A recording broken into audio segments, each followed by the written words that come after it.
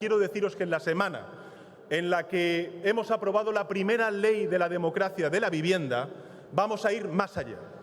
Y que el próximo martes en el Consejo de Ministros y de Ministras vamos a aprobar la movilización de 50.000 viviendas de la Sareb para el alquiler a precio asequible de nuestros ciudadanos y de nuestras ciudadanas. Muy buenos días. Pedro Sánchez lanza un plan de vivienda a las puertas del 28 de mayo. Anuncio electoralista que llega en horas bajas para el Partido Socialista, al que las encuestas le pronostican una brutal caída en la mayoría de comunidades autónomas e incluso la pérdida de la presidencia en otras, como por ejemplo Castilla-La Mancha. Mañana se aprobará en el Consejo de Ministros una ley de vivienda por la que se compromete a movilizar hasta 50.000 viviendas del Sareb para alquileres mucho más baratos. Así lo han acordado los dos partidos del Gobierno, Partido Socialista y Podemos, con sus socios de Bildu y de Esquerra. Sin embargo, y según los propios datos de la llamada banca mala, en aquellas comunidades donde el mercado se encuentra más tensionado es donde menos viviendas hay. Por ejemplo, en Cataluña o Madrid apenas se dispone de unas 15.000, que es menos de una tercera parte del total. Y el 70% de esos pisos están en pequeñas ciudades donde los precios no son tan elevados. Una ley que nace coja porque las comunidades autónomas y ayuntamientos tienen competencias en materia de vivienda, y en las gobernadas por el Partido Popular ya se rumorea que acudirán al Tribunal Constitucional por una invasión de competencias. Una norma intervencionista que será papel mojado en media España.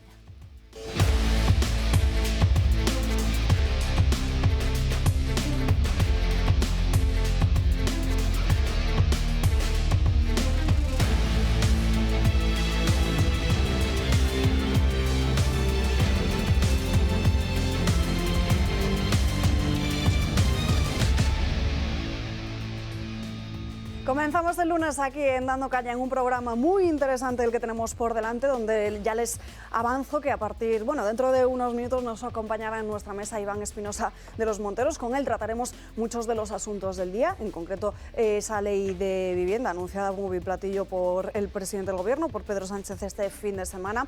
Un fin de semana que ha estado cargado de actos de diferentes partidos. Se nota que esas elecciones autonómicas y municipales están ya a la vuelta de la esquina. De hecho, este lunes amanecíamos y desayunábamos con muchas encuestas en los medios de comunicación. Algunas de ellas advierten cómo el Partido Socialista podría perder algunos gobiernos, como por ejemplo en Castilla-La Mancha, o incluso un batacazo en otras como en Extremadura o Aragón. Y en otros sondeos lo que pronostican es como Isabel Díaz Ayuso se estaría acercando a esa mayoría absoluta. Un fin de semana, como decimos, electoralista, donde muchos partidos han aprovechado para presentar a sus candidatos, e incluso algunos de ellos se han atrevido a bailar al más puro estilo de Abel Caballero. Una de ellas, Isabel Díaz Ayuso, que tanto en el acto que protagonizaba el sábado como ayer presentando su vídeo promocional de campaña, se la veía muy alegre y muy bailonga. Julia Eriza, muy buenos días. Buenos días, ¿y podemos verla bailar un poco? Sí, tenemos esas imágenes. Vamos a ir viéndolas. Danse, tanque, tipo danse.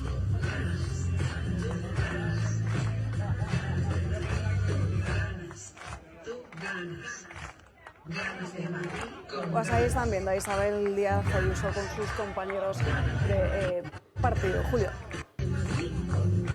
No voy a opinar sobre la forma de bailar de todo el grupo, que yo bailo 1000 veces peor, porque me muevo más o menos como un armario ropero, o sea, mi posibilidad, mi capacidad para bailar es cero.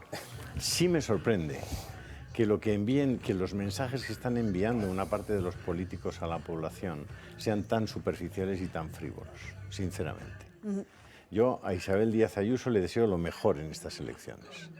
Estoy seguro de que con Vox a su lado, Isabel Díaz Ayuso no tendrá más remedio que irse a una forma de entender la sociedad y entender la antropología humana diferente a la que ella tiene y a la que ella ha defendido repetidamente. Yo quiero recordar a nuestros espectadores, porque para mí es un tema extraordinariamente serio, por eso cuando les veo bailar me quedo un poco perplejo, el tema de las leyes trans que están manteniendo en la Comunidad de Madrid y las leyes LGTB. Y la gente tiene que conocer muy bien este asunto, porque no es un tema menor.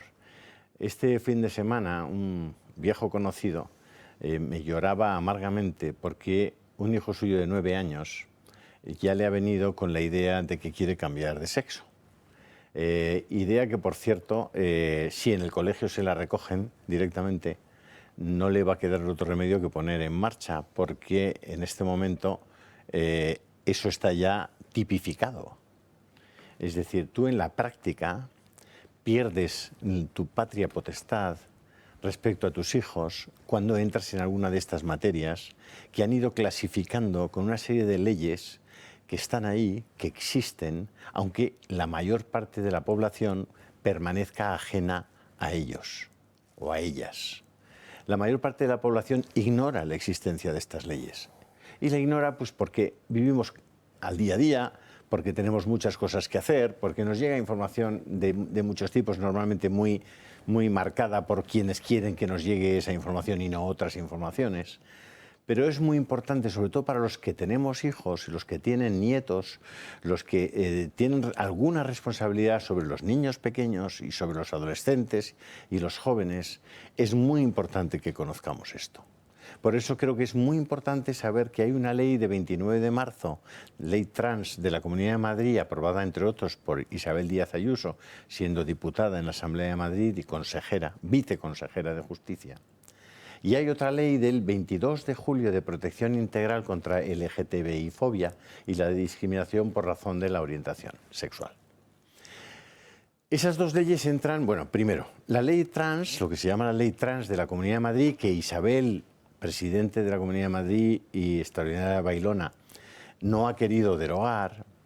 Esa ley prevé lo siguiente.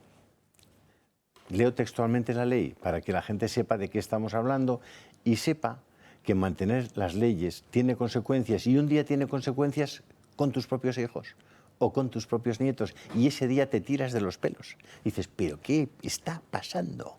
¿Qué están haciendo con los niños y con los adolescentes? Los están corrompiendo, los están depravando, los están pervirtiendo y les están matando su futuro. O sea, así de sencillo y así de grave.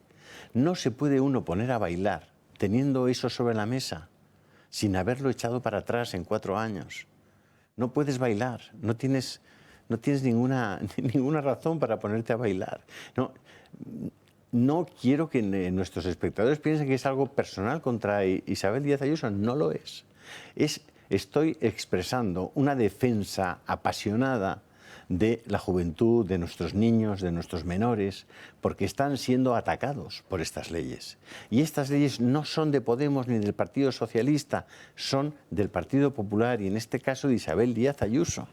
Entonces yo sé que es muy importante que Isabel Díaz Ayuso defienda a los comerciantes, la libertad de horarios, que defienda la libertad de educación. Todo eso nosotros también lo defendemos.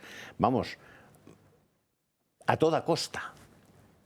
Pero claro, todo eso se oscurece, si lo más importante, lo más serio que tenemos, que son nuestros niños, no están protegidos. Tenemos la obligación moral de protegerles. Y estas leyes son brutales, son leyes criminales. Mira, la ley trans, permíteme un minuto más, sí, claro. Alba, de la Comunidad de Madrid, dice, la vivencia, identidad sexual o de género. La vivencia interna e individual del género, tal y como cada persona la siente y autodetermina, sin que deba ser definida por terceros, pudiendo corresponder o no con el sexo asignado al momento del nacimiento y pudiendo involucrar la modificación de la apariencia o la función corporal a través de medios farmacológicos, quirúrgicos o de otra índole, siempre que ello sea libremente escogido. Es decir, autodeterminación de género, directamente. Autodeterminación de género. El género lo elijo yo, cuando me da la gana, porque me da la gana. Porque la ley prevé, en el artículo 2, en su disposición 3ª, dice, la presente ley se aplicará a cualquier etapa de la vida de las personas. ¿Lo tenéis claro? Esta ley se aplicará a cualquier etapa de la vida de las personas. Y dice en el artículo 4, la ley de Isabel Díaz Ayuso, del Partido Popular, dice, toda persona tiene derecho a construir para sí una autodefinición con respecto a su cuerpo, sexo, género y su orientación sexual. Y dice, ninguna persona podrá ser presionada para ocultar, suprimir o negar su identidad de género, expresión de género, orientación sexual o características sexuales. en el ámbito de la aplicación de esta ley, en ningún caso será requisito acreditar la identidad de género manifestada mediante un informe psicológico o médico. Es decir, es la autonomía de la voluntad de a cualquier, insisto, en cualquier etapa de la vida de las personas. Eso en sí mismo constituye un disparate, pero te vas a la ley que 3 meses después aprueban también Isabel Díaz Ayuso en la Comunidad de Madrid, el 22 de julio de ese 2016, y dice lo siguiente: terapia de aversión o de conversión de orientación sexual e identidad de género.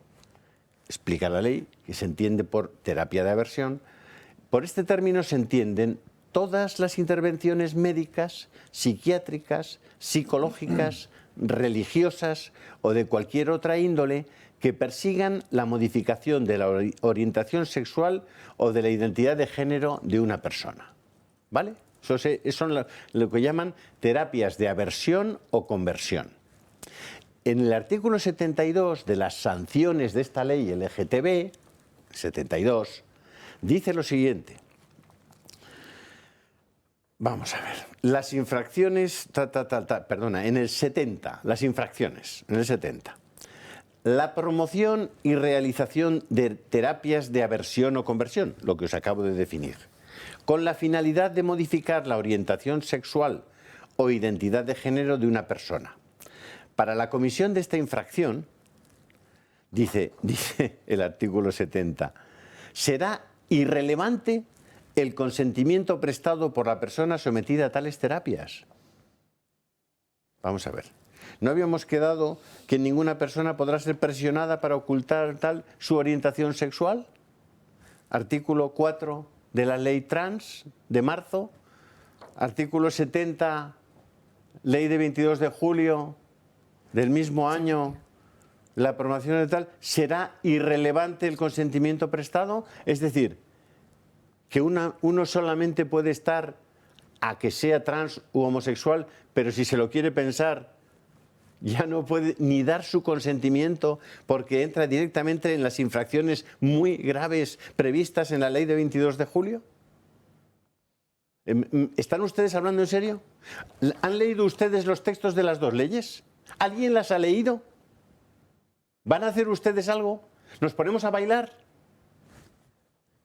Chunta ta chunta.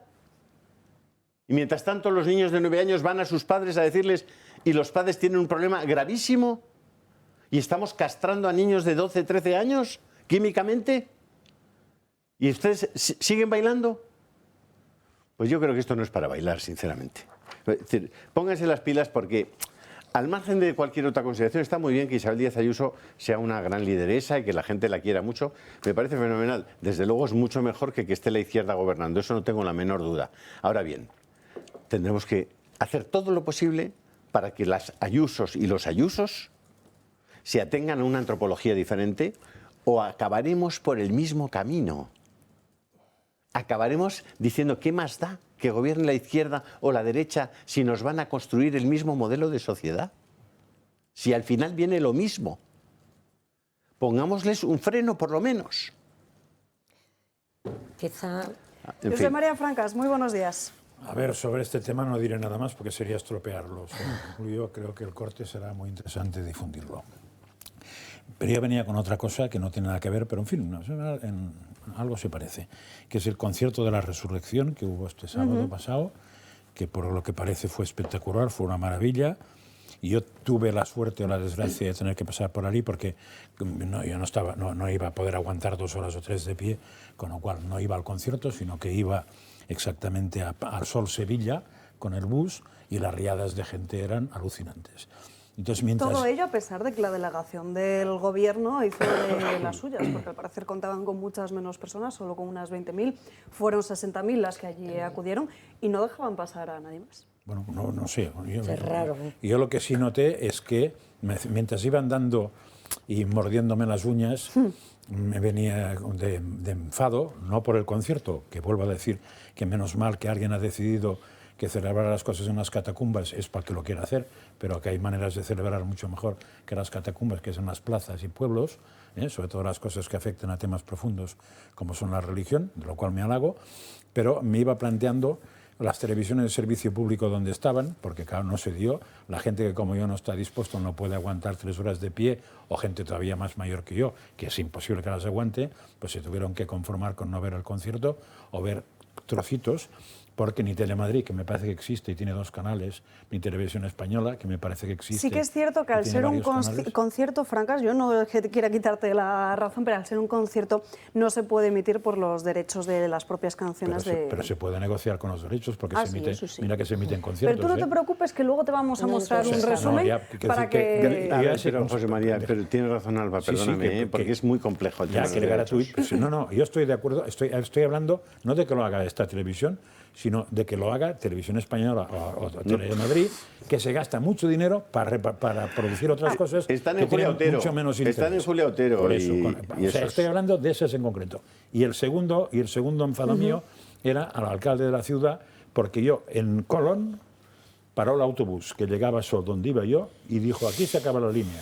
O sea, no hay un puñetero itinerario alternativo para que el autobús me ahorre 1,5 kilómetros de tener que ir andando yo con un bastoncito por la calle, y quien dice yo dice el resto. Nadie ha pensado en eso. Eso funcionó hasta que a las 11 de la noche tampoco podía volver con autobús.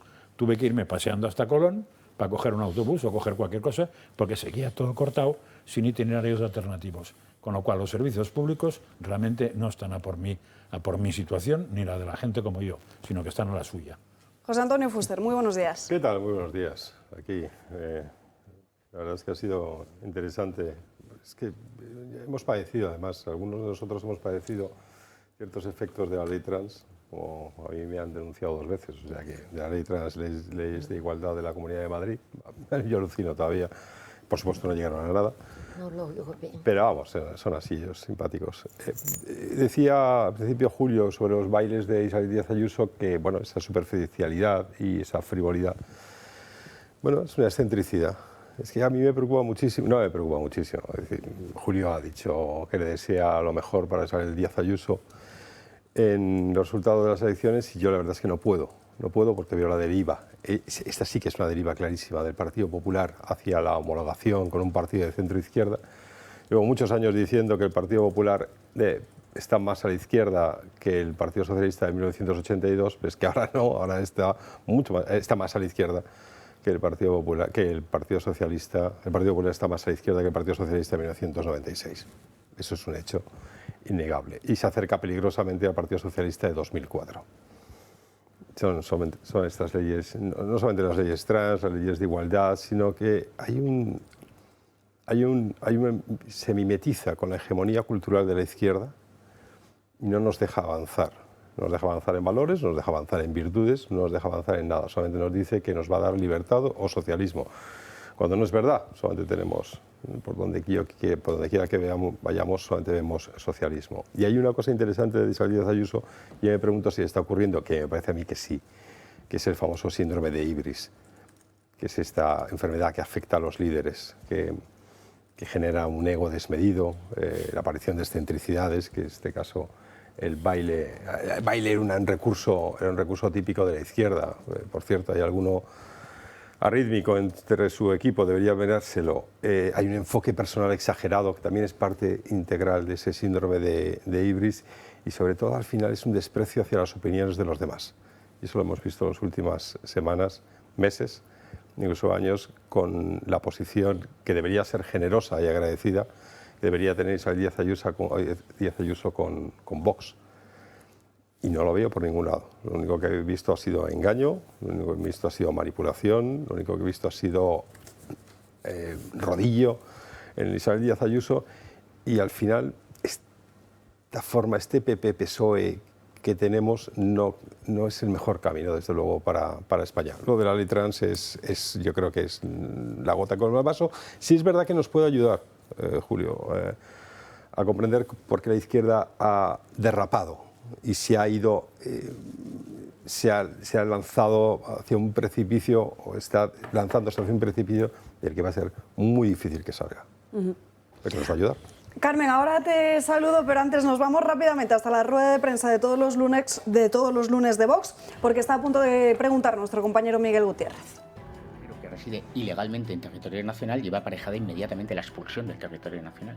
Incluso que voten a favor de nuestra enmienda para que cuando el que haya cometido el delito sea un extranjero que ha adquirido la nacionalidad española con posterioridad por residencia, pues se le prive de esa nacionalidad para poder ser expulsado del territorio nacional. Que voten a favor de las subidas de penas, que es lo que protege a las mujeres.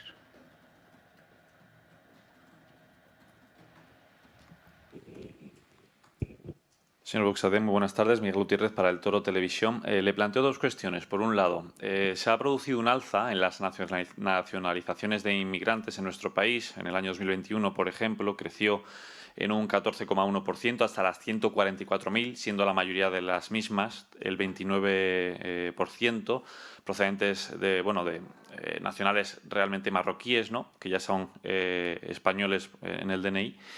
Y le quería preguntar si usted cree que, esto es una constante desde que Sánchez ha llegado al gobierno, ¿no? Cada año hay más nacionalizaciones, y le pregunto si usted cree que eso tiene algún tipo de relación con que haya ahora todas estas elecciones municipales, autonómicas y generales, si el gobierno puede estar pretendiendo igual buscar ahí un electorado que antes no existía. Y por otro lado, ¿confirman ustedes el fichaje del expresidente de la región de Murcia, de Alberto Garre, que pertenecía antes al Partido Popular? En cuanto a la primera cuestión, ya hemos denunciado en diversas ocasiones, yo personalmente, esta situación, es la concesión masiva de nacionalidades españolas por la mera residencia en territorio español, y además lo hemos denunciado y hemos planteado alternativas y soluciones en el Congreso de los Diputados mediante una proposición de ley para la reforma del Código Civil en orden a establecer un marco normativo que se ajuste a la realidad de España, como ha sucedido siempre en materia de nacionalidad. Y muy especialmente hemos denunciado la adquisición masiva de la nacionalidad española por nacionales marroquíes, poniendo de manifiesto además que uno de los requisitos para ser nacional español es haber renunciado a tu nacionalidad de origen. Y vuelvo aquí a exigir, dado que en el grupo, en sede parlamentaria, pues lo que tuvimos es un no del resto de los grupos, vuelvo a exigir aquí que se nos informe de cuántos nacionales marroquíes que han adquirido la nacionalidad española han renunciado a su nacionalidad marroquí. Porque no es posible tener los dos pasaportes, no es posible tener los dos documentos nacionales de identidad. Y esa es la cuestión. Son adquisiciones fraudulentas de forma masiva y, por supuesto, con el consentimiento del Gobierno de España. En cuanto a si eso tiene una finalidad electoral, tiene una finalidad política evidente, y una de las cuestiones más propias de lo político es lo electoral. Sin duda alguna. En cuanto a la segunda de las cuestiones, pues por supuesto debo confirmar que don Alberto Garre, que fue en su momento presidente de la comunidad de la región de Murcia, diputado en el Congreso, diputado en el Parlamento murciano, si no me equivoco, alcalde de Torre Pacheco, uno de los municipios más afectados por las medidas adoptadas por el Gobierno en contra del sector agrario en el campo de Cartagena, se incorpora a la lista de Vox. Como saben ustedes, el señor Garre fue presidente de la Asamblea de Murcia e intentó luchar contra la corrupción que se había implantado en el Partido Popular de Murcia. Y, sin embargo, pues tuvo que dejar el Partido Popular intentando crear un proyecto político e incorporándose recientemente, dada el hecho de que la candidatura de Vox, tanto en el Ayuntamiento de Murcia con don Luis Gestoso y en la Asamblea Regional con José Ángel Antelo, constituye un proyecto alternativo real al Gobierno de la región de Murcia. Estamos muy contentos de esa incorporación de don Alberto Garre, que a tal efecto pues tuvo la correspondiente reunión incluso con Santiago Abascal, y pues en breve pues sabrán ustedes en qué número de la lista va electoral.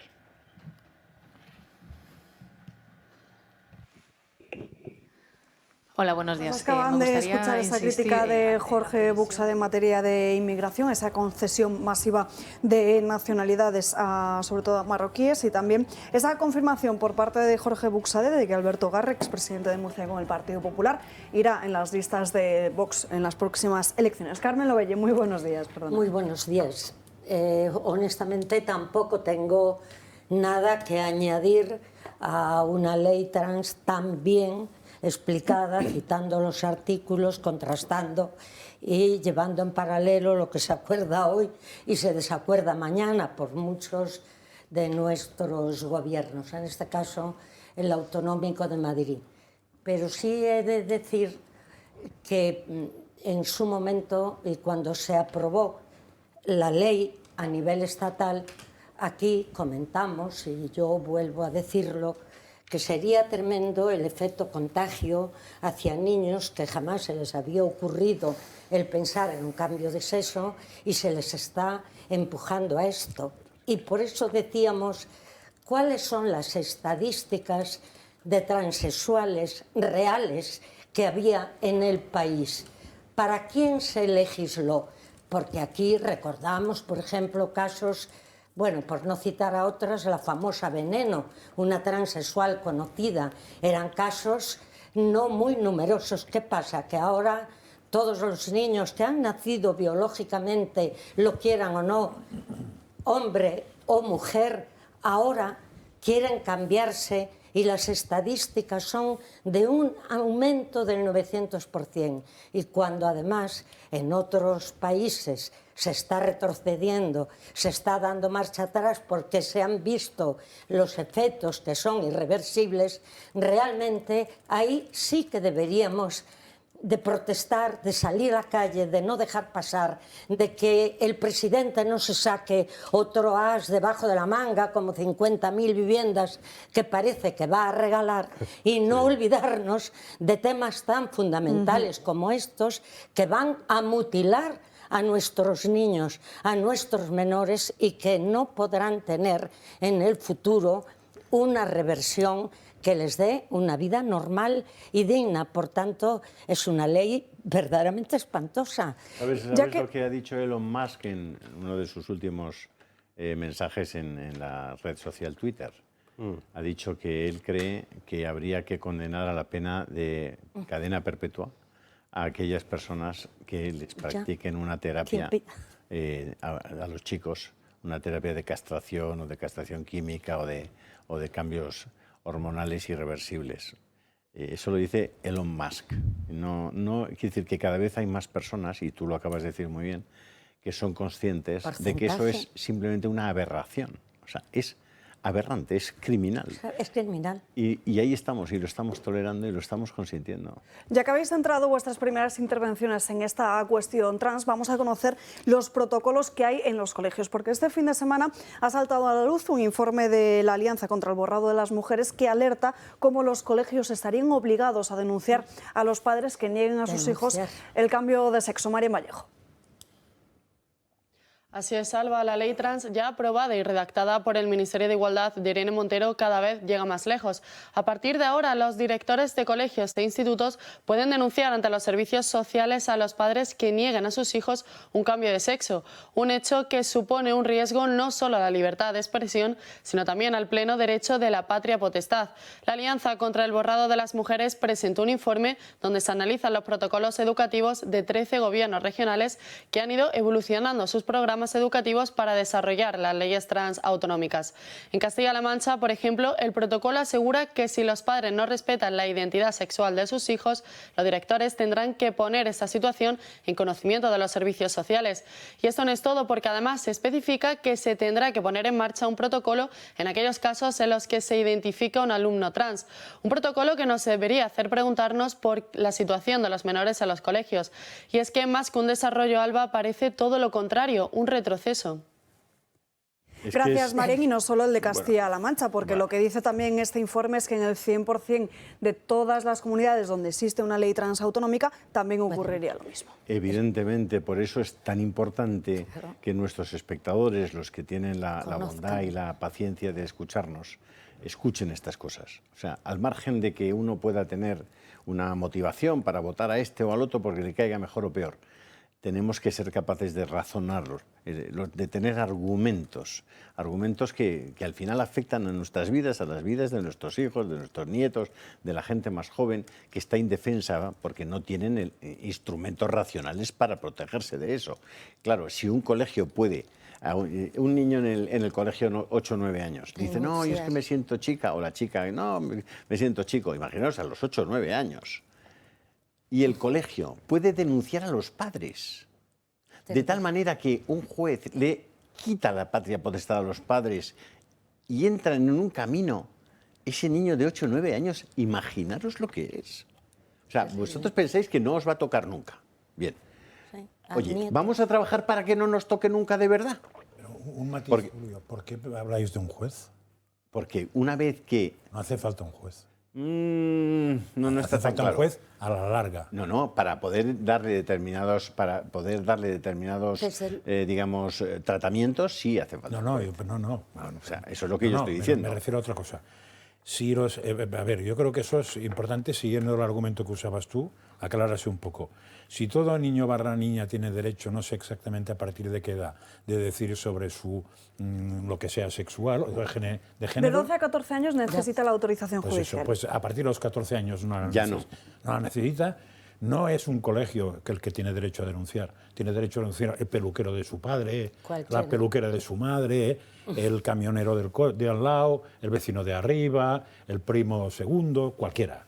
Y si denuncia a servicios sociales, el juez va a entrar cuando sea irreversible la pérdida de la autonomía de la patria potestad.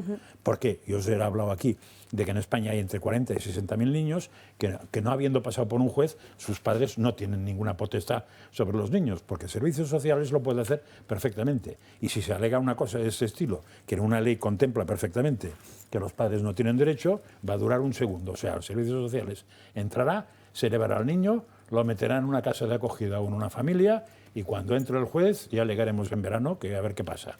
Y segunda cosa que me parece que es muy interesante, porque eso podría dejar, con el trasero al aire a la ley de la Comunidad de Madrid, abundando lo que decía Julio. ¿Sabéis el caso de Torrelodones la semana pasada? Que la semana pasada se adelantó con eso, porque el Ministerio de Igualdad dijo una cosa que yo no sabía que estaba en la ley, de que solo era posible el cambio de sexo, de género de esta persona si pasaban 6 meses desde que había especificado un sexo contrario, un género contrario. Y en el registro, no en la notaría. Y curiosamente, esta persona acaba de ¿cómo se llama? ¿Impugnar? No, al revés, acaba de apuntarse a la ley autonómica porque cree que le será más favorable que la ley nacional. Entonces tendría mucha gracia, con perdón lo de gracia, que la ley autonómica fuera todavía más lejos de lo que permite la ley nacional, cuando por la ley autonómica se la ha tragado todo el mundo y nadie casi dijo nada, y por la ley nacional hubo algunas voces difusas. Pero tendría gracia que la ley autonómica fuera más permisiva o es más que la ley autonómica es tremenda. Ya por eso. Pero o sea, es que abundo con ese, os lo digo de verdad. Claro, es que, por favor, en eso. haced el esfuerzo de leerla, por favor. No, porque... Lo que has leído basta, ¿eh? Y luego, yo le diría, vamos a ver, a los que quieren un liderazgo político en serio, ¿no? Isabel Díaz Ayuso busca y ejercita un liderazgo que es muy importante en Madrid, porque hay mucha gente que la ve como un líder fuerte, Vamos a ver, mira a Ron DeSantis. Si tú quieres ejercitar un liderazgo fuerte, tienes que plantear una alternativa a tus oponentes, una alternativa antropológica. Ron DeSantis acaba de aprobar una ley en Florida en virtud de la cual no se pueden realizar abortos de más de 6 semanas. No, y la propia Ayuso dijo que quería convertir a Madrid en Florida. Entonces, oye, venga, vamos a por ese liderazgo en serio, para que no se carguen a nuestros hijos, para que la demografía en España tire para adelante, para que no haya muchísimas mujeres tristes por ahí, porque habrá que explicar alguna vez el destrozo psicológico que hacen cuando fomentan que las mujeres aborten. Habrá que explicarlo alguna vez. Las mujeres lo sabéis perfectamente. Las mujeres que habéis llevado un niño en vuestro seno sabéis perfectamente el destrozo psicológico, anímico, para toda la vida que tienes cuando te deshaces voluntariamente de un niño. Si hay un destrozo cuando lo pierdes de forma espontánea, de forma no voluntaria, natural, y quedas marcado, las mujeres quedan entristecidas, marcadas, deprimidas durante mucho tiempo por la pérdida de ese bebé. Imaginaos cuando has sido tú el que ha decidido acabar con su vida. ¿Por qué no asumís un liderazgo en ese tema? Ese tema sí que cambia la sociedad. Ese tema cambia la sociedad de verdad, desde abajo, por dentro. Promueve la paz, promueve el progreso, promueve el desarrollo, promueve la libertad. Ahora seguimos hablando de esta cuestión, pero es que me tengo que ir rápidamente a publicidad. Antes, una noticia de última hora. El Partido Socialista y el Partido Popular alcanzan un primer acuerdo para reformar la ley del sí es sí a espaldas de Podemos. Ya lo saben, muchos meses después, cuando la cifra de violadores y agresores sexuales beneficiados se acerca a los 1000. Pausa para la publicidad, pero contarte también que si eres amante de la naturaleza y quieres disfrutarla y conectar con ella en un entorno saludable y sostenible, te invitamos a conocer Arco Verde, el gran corredor ambiental para acercar la naturaleza a los ciudadanos. Arco Verde conecta los 3 grandes parques regionales de Madrid y abarca 15 municipios y más de 2.300 hectáreas de superficie, donde podrás recorrer 100 kilómetros de caminos y sendas que te llevarán a descubrir más de 100.000 árboles y arbustos autóctonos de 50 especies, diferentes áreas de biodiversidad con lagunas, humedales y 20 reservas de mariposas. Arco Verde contribuye a mejorar la biodiversidad, la movilidad sostenible y la educación ambiental en la Comunidad de Madrid, porque en Arco Verde vuelves a conectarte con la naturaleza. Pausa para la publicidad y a la vuelta seguimos hablando de política autonómica, de cómo el Partido Socialista puede perder en muchas comunidades y cómo también las encuestas dan esa victoria a Isabel Díaz Ayuso, aunque una de ellas de hecho nos ha llamado bastante la atención. Se lo contamos a la vuelta. Ya estamos de vuelta en Dando Caña, pasan 8 minutos de las 12:30 y vamos a conocer esa ley de vivienda, vamos a ver en qué consiste ese plan que anunciaba Pedro Sánchez este fin de semana. Se acercan las elecciones y los líderes políticos anuncian medidas para intentar convencer a los votantes. El presidente del gobierno ha pactado con sus socios de Esquerra Republicana de Cataluña y Bildu la ley de vivienda. En la conferencia municipal del PSOE en Valencia, Sánchez prometió la movilización de viviendas. Bueno, pues yo hoy en Valencia, que junto con Madrid fueron los epicentros tanto de los desmanes como de la corrupción del Partido Popular, quiero deciros que en la semana en la que hemos aprobado la primera ley de la democracia de la vivienda, vamos a ir más allá. Y que el próximo martes en el Consejo de Ministros y de Ministras vamos a aprobar la movilización de 50.000 viviendas de la Sareb para el alquiler a precio asequible. La Sareb es la sociedad de gestión de activos procedentes de la reestructuración bancaria, conocida como el Banco Malo. Moncloa quiere destinar a alquileres asequibles. Pondrá 21.000 viviendas a disposición de municipios y comunidades autónomas. Impulsará el alquiler social de 14.000 viviendas que ya están habitadas y 15.000 que no están construidas. Ni los fondos buitres quieren estos pisos por el estado en el que se encuentran y su localización. Solamente el 15% de la vivienda y el suelo que forma parte de la cartera de la Sareb está en capitales de provincia. El exministro Ábalos ya anunció al comienzo de la legislatura que incrementaría hasta 100.000 las viviendas de alquiler asequible. El gobierno se agarra a este tipo de medidas sociales en año electoral. Lo hace a un mes de las elecciones, a poco más de un mes de esas elecciones municipales y autonómicas, pero sin embargo, como les decíamos al inicio de este programa, es una ley papel mojado porque invade la mayoría de las competencias de las comunidades autónomas y además, según los datos de propio Sareb que hemos encontrado en su página web, un 70% de esos pisos están en ciudades mucho más pequeñas, ciudades en las que los precios no están tan elevados como por ejemplo en Cataluña o Madrid, donde esas viviendas suponen menos de un tercio del total de los pisos. Carmen. Es que es, de nuevo, tengo que decir, indignante que un señor presidente de gobierno que lleva 5 años y en el momento electoral dice que le preocupa mucho el tema de la vivienda, pero sin embargo creó un Ministerio de Igualdad que no lo necesitábamos para nada y no hay un Ministerio de la Vivienda. ¿Por qué? Porque las competencias en vivienda realmente están en manos de las autonomías y una vez más invade competencias. De hecho, en Galicia, pues ya lo que es no el gobierno gallego, sino la Federación de Empresarios Gallegos e Inmobiliarios ha pedido que se recurra al Tribunal Constitucional porque invade esas competencias. Y luego ya dejemos el tema de la Sareb porque no son sus viviendas, de nuevo. El que vende tanto que no se quede nadie atrás y lo hacemos en beneficio de los que están peor, ¿Qué viviendas crea el propio gobierno? ¿Cuándo ha creado viviendas? ¿Cuándo se ha reunido con las comunidades autónomas, que son las que tienen la competencia, para que pongan a disposición suelo para favorecer? Lo que toma es, de nuevo, medidas que parece que la vivienda es un mercado persa y no es ningún mercado. Lo que va a hacer es empeorar la situación y además que nos expliquen qué es eso de los que tienen más de 5 viviendas, que son considerados como los grandes tenedores. Pero cuánta gente, porque ha trabajado, porque las ha heredado, tiene a lo mejor 5 viviendas. Habrá también que decir cuál es el valor de esas viviendas y dónde están, porque no será lo mismo tener 5 viviendas en Madrid o en Barcelona que tener 5 viviendas en Astorga o en Ponferrada o en Berín.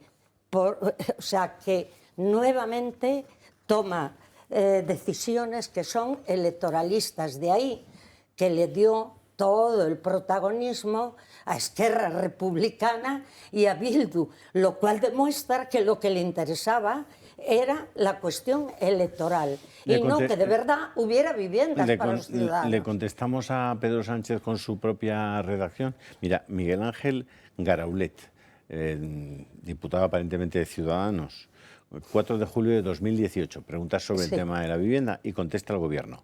La competencia en materia de vivienda en España la han asumido constitucionalmente en exclusiva todas las comunidades autónomas y las ciudades autónomas de Ceuta y Melilla. Don Pedro.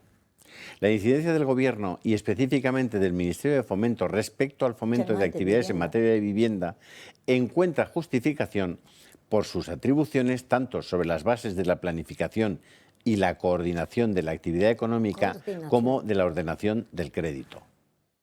¿Qué vais a hacer en eso, en lo que podéis hacer algo? ¿Habéis hecho algo en la ordenación del crédito? ¿Habéis hecho algo en la planificación y la coordinación de la actividad económica de cara a la vivienda? Y sigue diciendo, la actuación a este respecto del Ministerio de Fomento se materializa en el desarrollo de los planes estatales de vivienda de duración cuatrienal. Viviendas hechas por el Gobierno en los últimos 5 años. Ni una. Cero. En los que se dota presupuestariamente y se regulan los principales objetivos y requisitos de sus programas de actuación de vivienda y rehabilitación, siendo competentes las administraciones autonómicas para la implementación y la gestión de las ayudas y medidas de dichos programas. Es decir, ¿está usted de coña? Es falso. Señor presidente, ¿está usted de broma? O sea, pero vamos a ver, ¿a quién rayos quieren engañar? Sí, seguramente van a engañar a gente, ¿eh? Porque claro, hay gente que incluso está diciendo, engáñeme. Bueno, pues engáñame Pinocho. Pinocho está que tiene la nariz ya que no le cabe en la televisión. En las tertulias de esta mañana aplaudían con las orejas la medida, sí, claro, porque por fin el Gobierno, a pesar de que con 50.000 no se resuelve nada, pero con 50.000 ha salido la ministra, la vicepresidenta y también se ha aplaudido a sí misma, todo bestial. Pero, en fin, yo lo que diría es una cosa muy simple.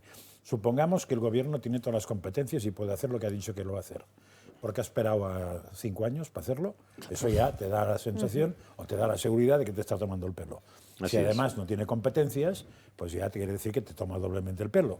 Ahora, ¿serán capaces los afectados, es decir, los presidentes de comunidad, de decir esto que estás diciendo tú?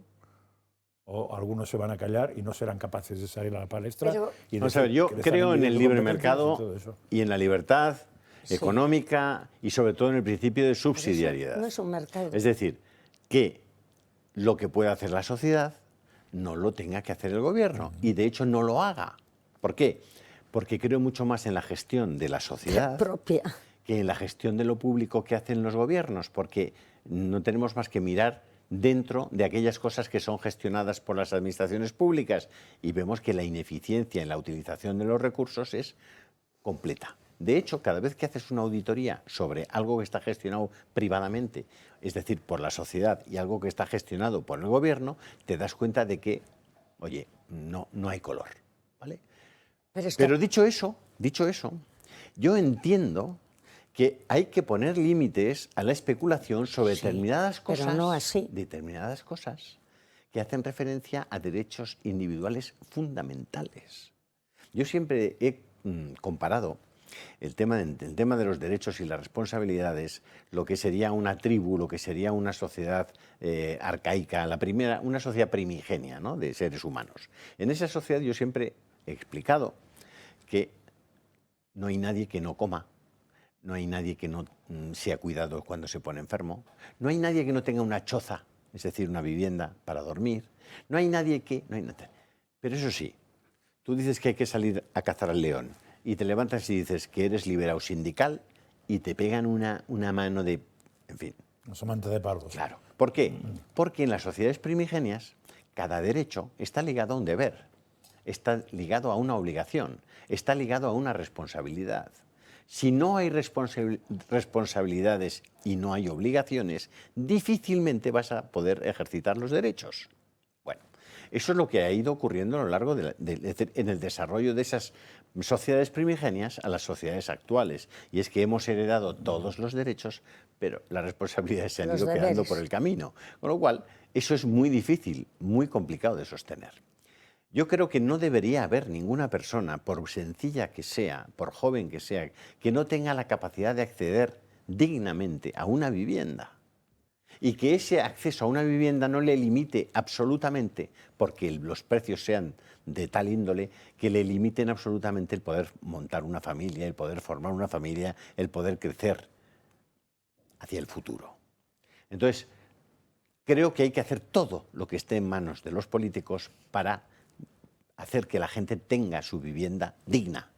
Bien. Pero una vez dicho eso, no veo ninguna iniciativa gubernamental en los últimos no sé cuántos 200 años para solucionar el problema de la vivienda. Lo único que veo son algunas declaraciones justo antes de las elecciones. Exacto.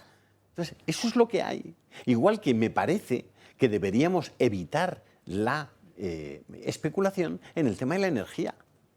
O sea, no puede ser que la electricidad y que la energía, que es esencial para nuestras vidas, como lo es la luz eléctrica, esencial, sea objeto de manipulación, sea objeto de especulación por parte de unos pocos. Creo sinceramente que esos son dos temas que deberíamos revisar seriamente. No puede haber nadie que no tenga derecho a acceder a su electricidad, porque la electricidad es como el aire para respirar en esta sociedad. La necesitas para vivir. ¿Cómo puedes permitir que se estén dando los ingresos y los beneficios que se están dando en determinadas compañías sin abrir la boca? ¿Cómo es posible? Oiga, haga usted lo que pueda para bajar la factura de la luz. Yo no estoy pidiendo que expropiemos nada, pero el otro día yo lo decía, ¿por qué rayos, si puedes poner una instalación fotovoltaica, no la pone usted, señor gobernante? Si hay un montón de edificios con sus correspondientes tejados, hay un montón de suelos que son públicos, pues que está dando usted concesiones para que se haga un negocio con eso, que va a encarecer más la electricidad, que va a encarecer más la factura de los más humildes. Pero presume de tope y de excepción ibérica. Pero lo que tú has hecho antes y haces a menudo con la ley trans de una comunidad, que probablemente mucha gente no conocía la ley trans de la Comunidad de Madrid hasta que se dijo aquí, en esta televisión. Igual ocurre con la ley de la vivienda. Ayer, pues, un anuncio en un meeting y hasta asustaba ver a la gente aplaudiendo de pie sin mirar nada más de lo que hay detrás. Y resulta que si luego ves la ley, realmente no toman medidas positivas hacia la gente. Aparte de dejarlo todo en manos de las autonomías, hoy en unas declaraciones del propio Bolaños, dice, esperemos que las comunidades autónomas no vayan contra la gente en el tema de vivienda. Entonces, ¿eso qué quiere decir?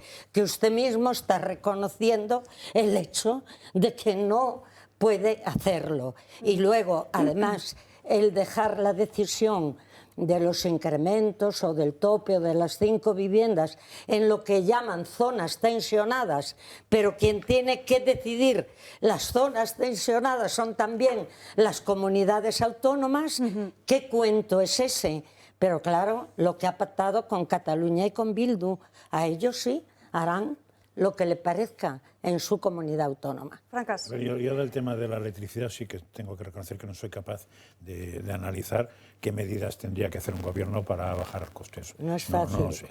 En el tema de vivienda tampoco se sepa mucho, pero hay 2 cosas que preguntando a gente siempre me han dicho. Una primera es bajar el tema del suelo. O sea, en el momento que liberalizas el suelo, si lo haces con cabeza, bajan los costes de fabricación de vivienda. Con lo cual baja el precio de la vivienda si no dejas que se aprovechen.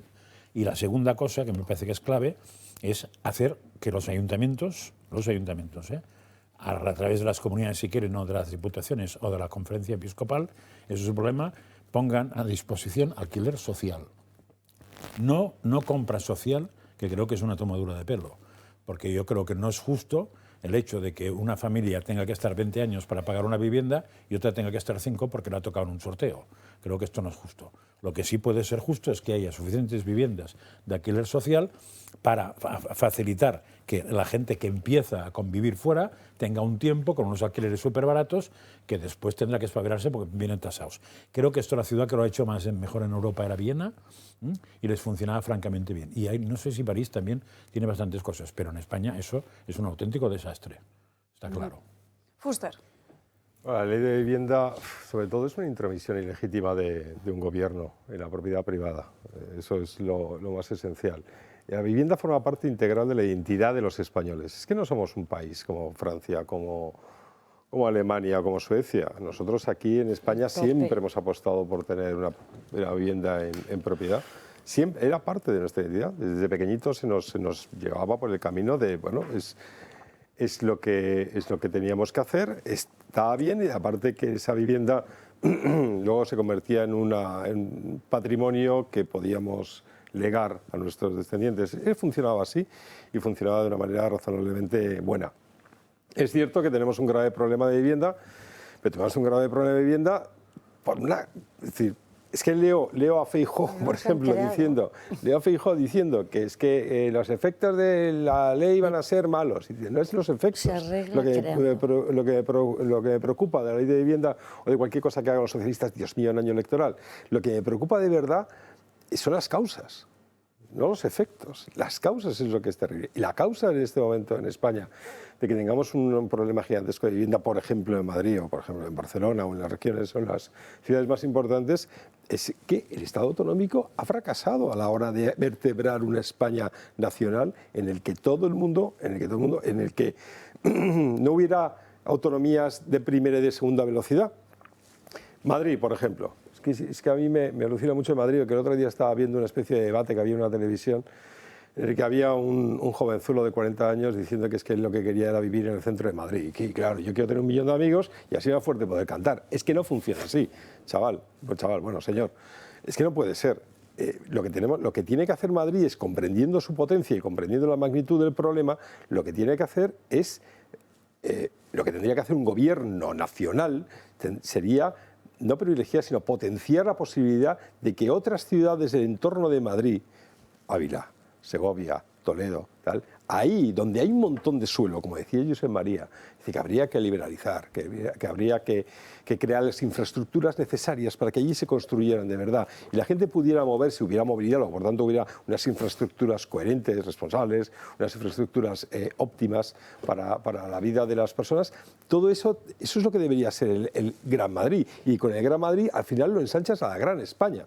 Lo que no puede ser es que nos centremos de nuevo en una comunidad autónoma, porque ese problema es ese. Sobre todo cuando la ley de vivienda lógicamente las competencias están transferidas a la Comunidad Autónoma de Madrid, la Comunidad Autónoma de Madrid va a hacer una peineta. Claro. Y luego tenemos el famoso tope, odio la palabra, del precio del alquiler. En Berlín no funcionó, ni en donde se aplicaba. Ni Berlín, ni Suecia, ni algunas ciudades de Estados Unidos donde he trabajado. ¿Por qué no veis lo que ya pasó? Claro, pero si es el método empírico. A ver qué han hecho esta gente. ¿Ha fracasado? Entonces, ¿por qué? pero la ley bolivariana, terrible, en Totalmente. Venezuela, acabó con el 95% del mercado de alquiler en Caracas. Lo repetimos poco, oh, no, es Venezuela. Y claro, es que estos que vienen, estos que están en el gobierno, son Venezuela. Nos tenemos que ir rápidamente a una breve pausa de publicidad. Aguasierra Cazorla posiblemente sea la mejor agua mineral del mundo y está demostrado científicamente. ¿Cómo? Pues con 2 litros de Aguasierra Cazorla al día aportan el 30% del magnesio que necesitas. Aguasierra Cazorla tiene 41 miligramos por litro de este mineral tan necesario e idóneo para el organismo. De algunas otras aguas tendríamos que beber 200 litros para que nos aportasen la misma cantidad. El bicarbonato, que es un gran alcalinizante y digestivo, Aguasierra Cazorla contiene 401 miligramos por litro. Aguasierra Cazorla tiene 76 miligramos por litro de calcio que fortalece la masa ósea. Y además Aguasierra Cazorla solamente contiene 1,3 miligramos por litro de sodio, resultando estupenda para personas con problemas de hipertensión y cardiovasculares. Aguasierra Cazorla también dispone de una gama de bebidas saludables como refrescos de naranja y limón, sin gas y sin azúcar. También una bebida de manzana con alto contenido en fibra y Evo, una isotónica light dirigida a los más deportistas. Todas ellas elaboradas con Aguasierra Cazorla, así que no lo dudes, elige Aguasierra Cazorla porque tu salud te lo va a agradecer. Pausa para la publicidad y a la vuelta tenemos ya con nosotros a Iván Espinosa de los Monteros. Los esperamos. Una en punto de la tarde, ya estamos de vuelta en Dando Caña y como les adelantábamos antes de la pausa de publicidad, ya tenemos con nosotros a Iván Espinosa de los Monteros. Muy buenas tardes, Iván. Muy buenas tardes, muchas gracias por invitarme. Bueno, estábamos hablando antes de la ley de vivienda, comentábamos que nace muerta por esa invasión de competencias, además también por esa mayoría de viviendas que están en ciudades más pequeñas donde el precio no es tan alto y decía Fuster que habría que fijarse más en las causas y en el fracaso de las autonomías. ¿Cómo la veis en Vox? Bueno, varias cosas, ¿no? Si algo se ha demostrado en estas últimas décadas es que los mayores especuladores con el suelo de vivienda han sido los ayuntamientos y las comunidades autónomas. En España hay suelo más que de sobra para hacer toda vivienda social que haga falta, pero no se hace vivienda social. No lo ha hecho nadie, ni de un partido ni de otro. Yo recuerdo cuando llegó Más Madrid o Carmena al poder del ayuntamiento y prometieron que iban a hacer bueno, pues mucha vivienda social. Y es verdad que la vivienda tarda mucho en hacerse, desde que uno tiene la idea hasta que se decide, se proyecta, se tramita, se edifica, pero 4 años es tiempo más que de sobra, cualquiera lo puede hacer. Es más, si tuviéramos políticos que entendieran un mínimo del sector de construcción y de vivienda, sabrían que se puede hacer incluso sin necesidad de invertir ni tiempo ni recursos del propio gobierno municipal o autonómico, porque se puede hacer en coalición con constructoras que están dispuestas a hacer un acuerdo público-privado para hacer vivienda social. Quiere decir que hay en España oportunidades de sobra, porque hay suelo de sobra, hay constructoras de sobra que tienen experiencia para hacerlo y lo único que hace falta son administraciones públicas decididas a hacerlo. Y en España se han hecho durante muchos años, no recientemente, justamente en años un poco más lejanos, años que no les gusta recordar a nadie, pero en esos años es cuando se ha promovido un parque de viviendas públicas gigantesco, con el resultado, primero, de que todo el mundo tuvo acceso a una vivienda fuera de protección oficial o no, y segundo, que los precios de la vivienda eran asequibles para los sueldos de la época. Yo no paro de preguntar a gente mayor, de una generación o 2 mayor que nosotros, y todo el mundo era capaz de pagar una vivienda en 8, 10, 12 años. Ojo, cuando los tipos de interés estaban a 2 dígitos. Entonces, ahora que tenemos teóricamente una renta más alta, tipos de interés teóricamente más, bueno, realmente más bajos, suelo de sobra y la experiencia del pasado, deberíamos ser capaces de hacer un parque de vivienda pública para que fuera accesible para todo el mundo y para reducir el precio de la vivienda para todos, la pública y la privada. Y no hace falta más que incrementar la oferta, es una cosa bastante elemental. Pero como no saben nada los que están en los distintos gobiernos municipales y autonómicos y por supuesto estatales, pues pueden hacer todas las leyes de vivienda que quieran, pueden demostrar que Bildu manda mucho en el gobierno, van a quedar muy bien, pero no va a servir absolutamente para nada. Hemos visto en muchas ocasiones el consenso ya no solo político, sino también mediático que hay contra Vox. Así ocurrió en la moción de censura y este fin de semana la cadena SER publicaba un tuit que tú mismo le has pedido que rectificase o si no y acudirás a la justicia, ¿no? Bueno, ya voy a acudir a la justicia porque no ha rectificado. Lo que la cadena SER decía el otro día es que un empresario me demandaba a mí no sé qué cantidad, que es absolutamente falso. Había un señor que había demandado a unos tíos míos. Y cuando publican este tuit el sábado, resulta que ya sabían que esa demanda había sido desestimada y que la apelación al Supremo también había sido desestimada porque se había notificado a las partes el día anterior. Entonces, un señor demanda a unos familiares míos, me lo quiere atribuir a mí sabiendo que además la demanda ha sido desestimada. Les he pedido que rectifiquen. Es curioso porque normalmente cuando publican cosas falsas sobre mí, que le encanta a la izquierda, les aviso y rectifican inmediatamente porque saben que si no van a ir al juzgado. Pero no ha rectificado en este caso a Cadena SER. Bueno, pues a partir de hoy me siento con los abogados y nos ponemos a verlo porque uno tiene derecho a defenderse, claro. Y la Cadena SER supongo que habrá sido también muy beligerante con Julia Otero, ¿no? Que está vendiendo a Televisión Española, junto con el Grupo Prisa, propietario de la Cadena SER, y el señor Contreras, un programa que está valorado en menos de 1 millón de euros, los 13 capítulos, y lo están vendiendo por 5.500.000 euros. Supongo que la Cadena SER estará dando mucha publicidad a ese asunto, que supone que su empresa, la empresa madre de la Cadena SER, se está embolsando de forma injusta, radicalmente injusta, fuera de precio de mercado, 4 millones de euros limpios. ¿Eso no les parece a ellos que puede ser un motivo importante? Y un programa, Julio, que no tiene nada de audiencia, además. Por eso añade a la audiencia. Es que aunque tuviera audiencia... Ya, pero además no la tiene. Pagan y pagan.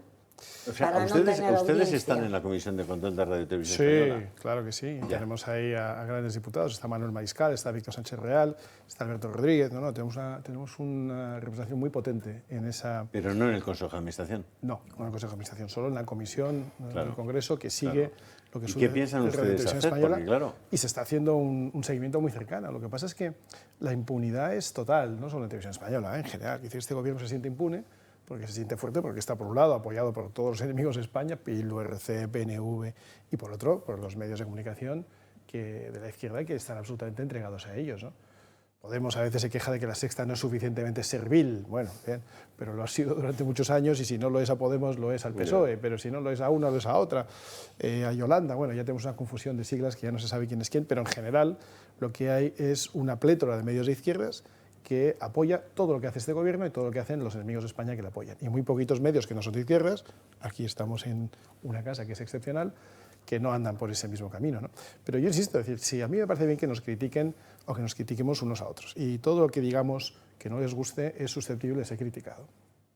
Pongo una frontera ya un poco más firme en lo que tiene que ver con la vida personal de cada uno.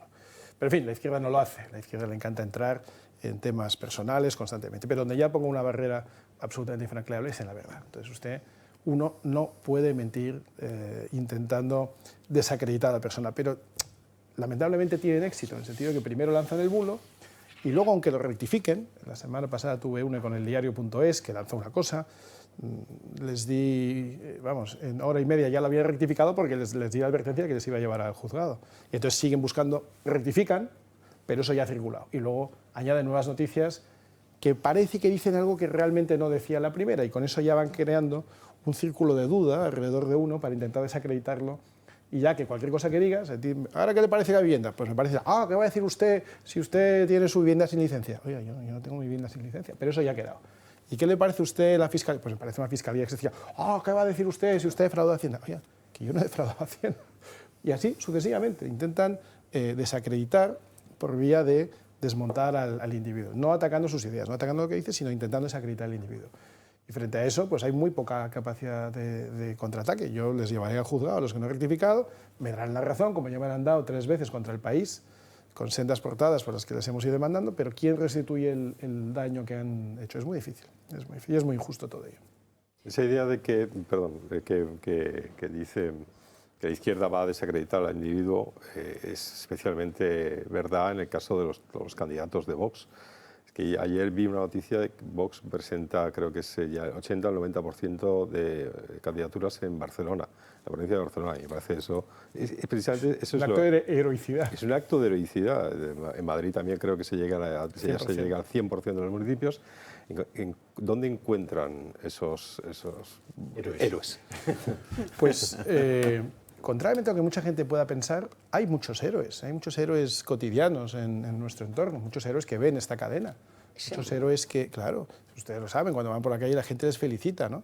Esa gente existe, nos está viendo hoy, y tenemos pequeños héroes en lo cotidiano, como digo, que en una población, porque bueno, en Madrid no supone, siempre supone, presentarse por Vox siempre supone generar un cierto run alrededor de uno, ¿no? Pero bueno, en Madrid todavía, como cada vez somos más, ya empieza a haber mucha gente que te lo agradece. En Barcelona, efectivamente, es de héroe presentarse no solo hacia Barcelona, sino en las poblaciones limítrofes o en el País Vasco, donde estamos haciendo listas, y es un verdadero acto de heroicidad presentarse, ¿no?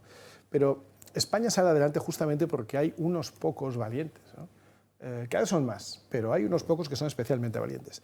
Y no suelen ser los que salen en los grandes medios, no suelen ser los más conocidos, suelen ser personas anónimas, pues muchas veces son personas vinculadas históricamente a las Fuerzas Armadas o a las Fuerzas y Cuerpos de Seguridad de Estado, o son víctimas del terrorismo, o son hijos o descendientes de personas que de alguna manera estuvieron vinculadas al servicio público desde alguna de estas instituciones, o simplemente gente de bien que se dedica a su profesión, a su trabajo, o a lo mejor son jubilados, o lo que sea, pero que tienen un concepto de la unidad de España inquebrantable, y que luego estarán de acuerdo en un 80 o 90% o menos con partidos como Vox, que al fondo que no es más que un instrumento de canalización de su servicio por motivos patrióticos.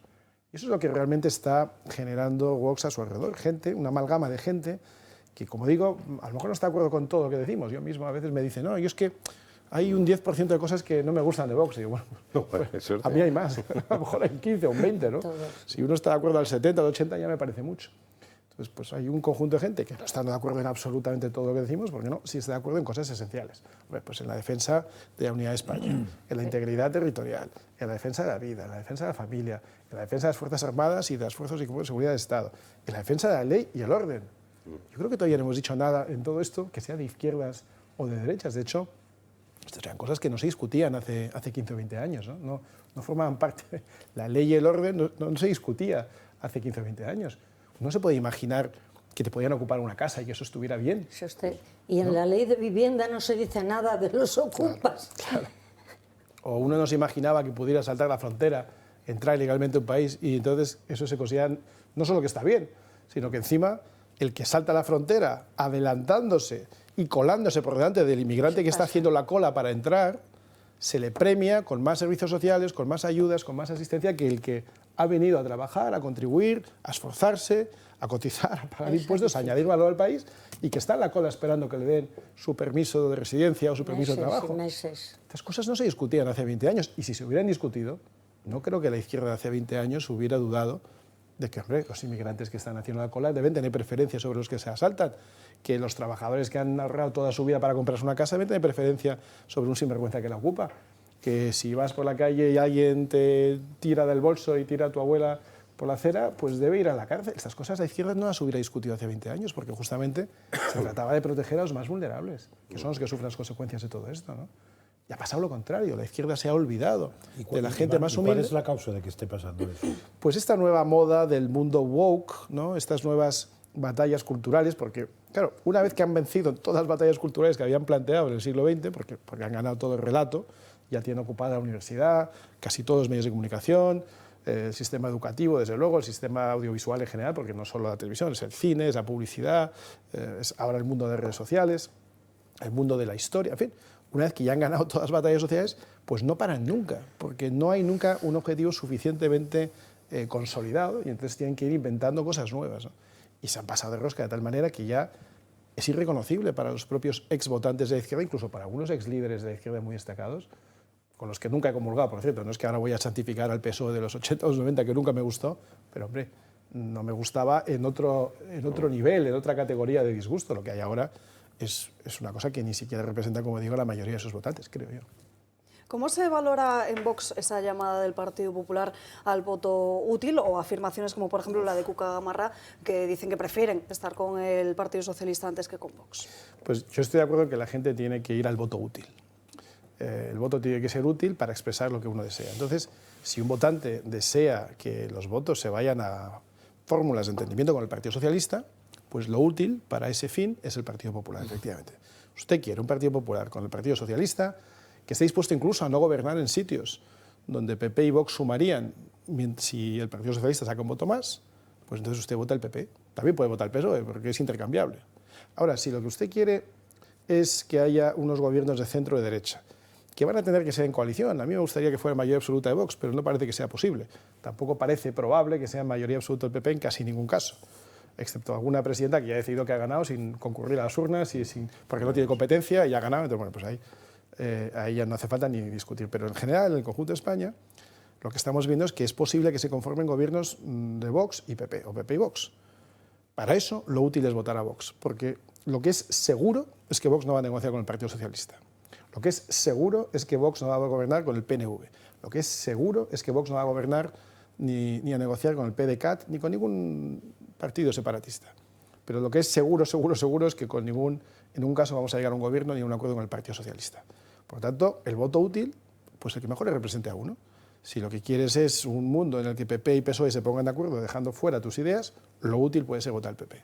Si lo que quieres es asegurarte de que el PP no se vaya por ese lado y dependa de alguien que ancle las ideas, los principios y los valores en un entorno parecido a lo que a ti te gusta, pues para eso el voto útil sin duda es Vox. Así que yo estoy a favor del voto útil siempre que uno entienda lo que está votando, claro. El Partido Popular, siempre que sea útil. Bueno, pero útil para lo que uno quiere. Si la única gran ventaja, lo que no podremos decir nunca al Partido Popular, es que nos han engañado. Porque con Rajoy se le podía decir, usted nos engañó. No, si el Partido Popular en la práctica no concreta, dice el voto útil, pero no dice para quién es voto útil para ellos. Jorge Azcón en Aragón dice, si el PSOE saca un voto más que yo, lo voy a dejar gobernar. Entonces dices, pero aunque sumes mayoría suficiente, o sea, absoluta, entre PP y Vox, sí. Ajá. Bueno, pues esto es bueno saberlo. Que gobierne la lista más votada, dicen ahora. Ajá. Esto es bueno saberlo. Claro, si lo hubieran aplicado hace 4 años, hay que recordar que hoy sería alcaldesa Manuela Carmena, porque fue la que ganó las elecciones, y hoy sería presidente de la Comunidad de Madrid el señor Gabilondo, que fue el que ganó las elecciones hace 4 años.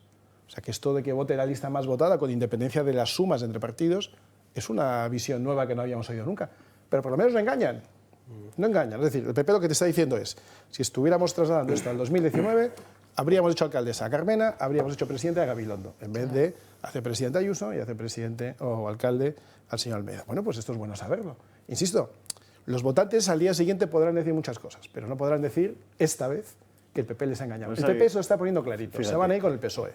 Iván, en las encuestas que aparecen al día siguiente de la moción de censura, uno de los datos que a mí me parecieron más sorprendentes y bueno, más interesantes era que el 46% de los votantes del PP creían que era necesaria una moción de censura. Ese dato estaba dentro de las encuestas que publicó, creo que era el diario El Mundo. Es decir, cuando un dirigente del PP manifiesta su cercanía epitelial, su cercanía afectiva mayor con el PSOE que con Vox, yo creo que está manifestando algo que no comparten la mayor parte de sus electores y de sus votantes. Es decir, por eso creo que se alejan mucho. Es decir, en este momento yo creo que hay un divorcio clarísimo entre los dirigentes del Partido Popular, que están representando un partido que presentó un recurso de inconstitucionalidad a la ley del aborto, un recurso de inconstitucionalidad a la ley de matrimonios homosexuales, un recurso, etcétera, etcétera.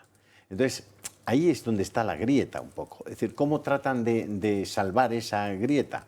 Bueno, de alguna manera con esa apelación al voto útil.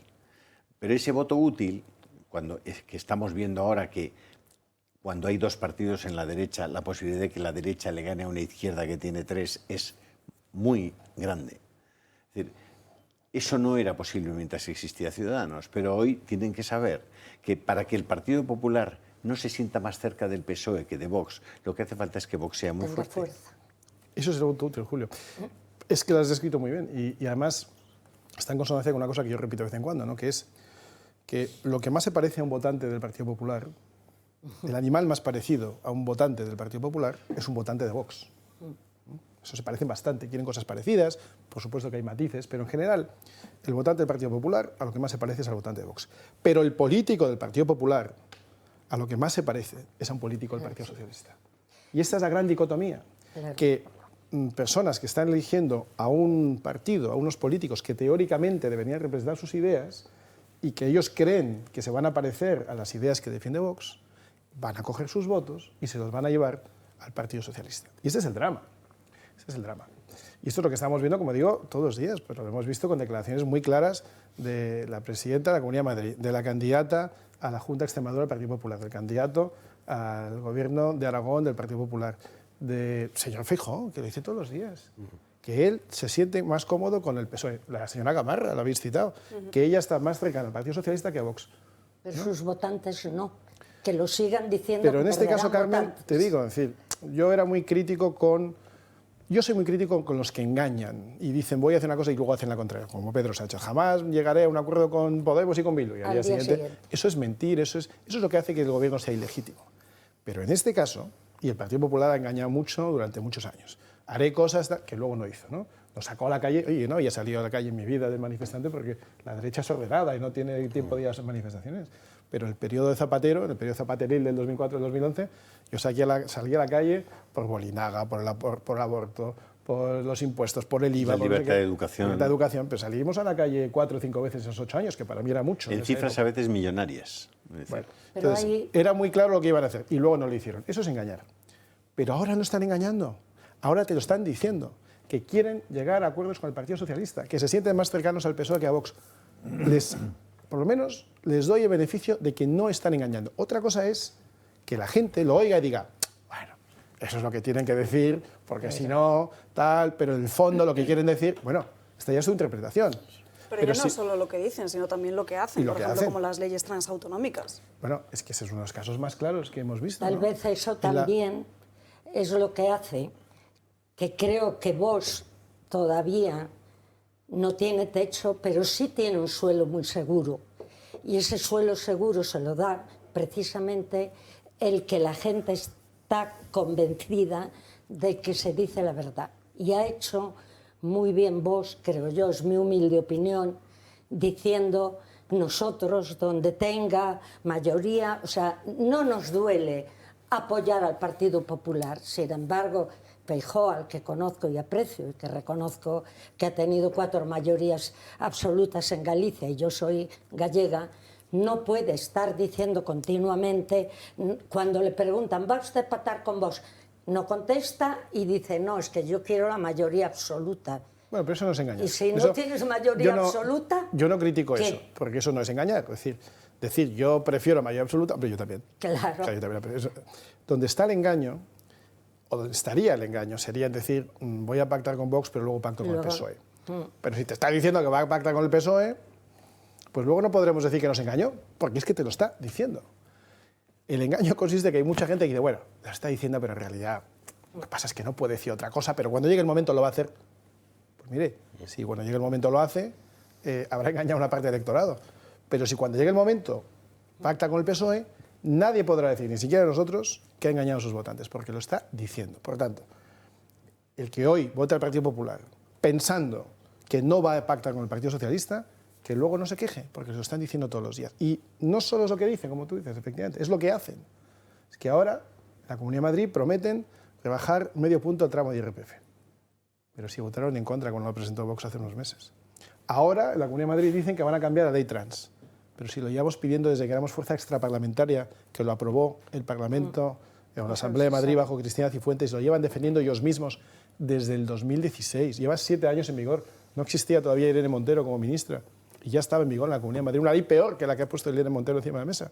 Y cuando se la hemos llevado a derogar, no la han derogado. Hemos comenzado este programa, Iván, con la descripción bastante ajustada de esas 2 leyes de 2016. Una es la de la LGTBI-fobia y otra es la ley trans. Una es de marzo y otra es de julio.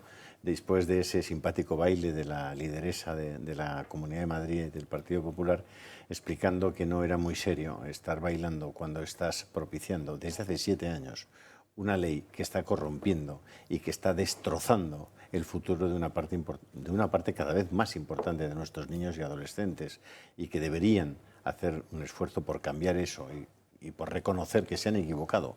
Se han equivocado porque... Pero es que no se han equivocado, es que eso es lo que creen, Julio. Si claro. Tú te acordarás, porque ella estuvo aquí hace 7 años, de hecho, yo la conozco de aquí, de hace unos años. Sí, sí. Y cuando se le decía lo que estaba haciendo en directo en esa época, claro, porque decirlo ahora vale, pero es que en el 2016 se le dijo en esta mesa, en este plató, sí, a mí no me ha vuelto a hablar. Lo que estaba haciendo. A mí no me ha vuelto a hablar. Y Ernesto, creo que era, García Serrano, que le decía, porque habéis hecho esto, claro, y esto, y esto, y esto, y esto, y esto. Y entonces ella dijo, ella, es que no es otra persona, y ella dijo, ay, Ernesto, Eduardo. qué pesado. Ay, Eduardo, perdón. Ay, Eduardo, qué pesado. Esas cosas que tú dices no las defiende nadie en toda España, excepto Vox, que no levantan ni 2 concejales en toda España, cosa que era cierta en el 2016. No teníamos ni 2 concejales en toda España. Y lo que el PP tiene que hacer es parecerse a la mayoría de España. Luego, lo que te está diciendo la misma presidenta de la Comunidad de Madrid, pero 6 años, a lo mejor es que esto es como lo de que, es que no era presidenta, era Isabel Díaz Ayuso, como lo de Sánchez, ¿no? Pero lo que te estaba diciendo entonces es que ella y la gente con la que ella trabajaba, que sigue siendo la misma hoy, el Partido Popular de Madrid, creía en todas esas cosas. Y sigue creyendo, porque después de 4 años de gobierno no ha quitado ni una sola de esas cosas. Luego, una cosa es lo que dicen incluso los que se intentan parecer a Vox, y otra cosa es lo que hacen. Porque en el Partido Popular, insisto, hay una idea generalizada muy distinta a la que tenemos en Vox. Por eso van con su pin de la Agenda 2030, por eso aceptan todo lo que la izquierda va imponiendo, todas esas conquistas, esas batallas culturales que la va ganando la izquierda a ellos por incomparecencia, porque todavía no han discutido ni debatido sobre nada, sino sobre si me toca a mí o te toca a ti, pero todavía no les he oído mantener un solo debate ideológico sobre una cuestión de fondo. Mañana viene al Congreso, bueno, hoy, perdón, viene a la Comisión la reforma de la ley solo sí es sí. PP y PSOE se van a poner de acuerdo para hacer una chapuza. Parece que sí. Se van a poner de acuerdo. Ya se han puesto. Bueno, ya se han puesto, sí. Bueno, pues ya lo han hecho. Cuando Y este debían jueves, derogar esa ley. bueno, será lo primero que propongamos el primer día. Bueno, lo proponemos ya, o sea, ya lo hemos propuesto. Hemos propuesto una enmienda a la totalidad en diciembre, que por supuesto ni se tuvo en cuenta, como todas las iniciativas de Vox, que ni se votan. Hoy hemos presentado una serie de enmiendas que era para reestructurar, claro, fundamentalmente la ley, pero fundamentalmente para poner a los peores, digamos, delincuentes, los que cometen los crímenes más atroces, en la cárcel para siempre, de por vida, con prisión permanente, revisable o cadena perpetua, como lo queramos llamar. Pero, pues, por supuesto, no se han tenido en cuenta nuestras enmiendas. Pero el PP y PSOE se van a poner de acuerdo para hacer una chapuza que al final va a permitir que el PSOE y Podemos, aunque se queje, saquen adelante su ley de solo sí, sí, con el apoyo del PP. Por eso es tan importante, por lo menos yo lo defiendo aquí públicamente, aquí no nos ocultamos de nada, es decir, que la gente entienda, cuando vote especialmente en la Comunidad de Madrid, que votar a Vox no pone en riesgo echar a la izquierda del gobierno, no pone en riesgo que el gobierno de Madrid acabe en la izquierda. Votar a Vox lo único que hace es garantizar que el PP no gobernará para la izquierda. En muchos sitios. Es decir, que no está en riesgo la mayoría del centro-derecha por votar a Vox en vez de al PP, sino que todo lo contrario. Lo que pone en riesgo el que el PP no gobierne como la izquierda es que Vox no sea fuerte. No tenga fuerza. Pero no solo eso, la gente Julio, lo tiene que entender. Es que estadísticamente, matemáticamente, si tú miras, porque yo hice el ejercicio después de las últimas elecciones, las que hubo, bueno, llevábamos 2 años de legislatura. Entonces los titulares eran Ayuso arrasa, Ayuso arrasa. Y dice, pero ¿cómo Ayuso arrasa? Yo me miré los números y publiqué un hilo que decía que Ayuso sacó un buen resultado, que es el resultado promedio de lo que sacó el PP en la historia de la Comunidad de Madrid. Pero ¿sabéis lo que fue un arrase? Fue un arrase a la izquierda, la suma de PP y Vox. Y lo poquito que sacó Ciudadanos, que no hacía falta ni sumarlo, pero en fin. Es decir, la mayoría absoluta de diputados de la historia de la Asamblea de Madrid se dio cuando concurre Vox. Claro. De la misma manera que la única vez en la historia que el PP pudo arrebatar el gobierno a la Junta de Andalucía al Partido Socialista fue cuando vino Vox, con el peor resultado del PP de su historia, que fue el de hace 4 años en Andalucía. ¿Por qué? Porque traemos electores, algunos muy parecidos, pero algunos muy distintos. Nosotros tenemos votantes que jamás van a votar al PP, y el PP tiene votantes que jamás van a votar a Vox. Pero votando a Vox es precisamente cuando se garantiza la mayoría absoluta en su conjunto de lo que no es izquierda en la historia de la Asamblea de Madrid. Eso sí que es arrasar, cuando sumas los dos. Cuando coges solo lo que sacó el PP, pues evidentemente no arrasó porque no sacó mayoría absoluta, luego es imposible. Pero cuando sumas los dos, es cuando tienes el mayor número de diputados que no son de izquierdas de la historia de la Comunidad de Madrid, cuando concurrió Vox. Puede ocurrir también en Castilla-La Mancha, ¿no? Y en alguna puede otra ocurrir comunidad, en Castilla-La Mancha, puede ocurrir en Valencia, puede ocurrir en Baleares y Extremadura, no es tan fácil, pero hay al menos 4 comunidades en liza, puede haber alguna más. ¿Aragón?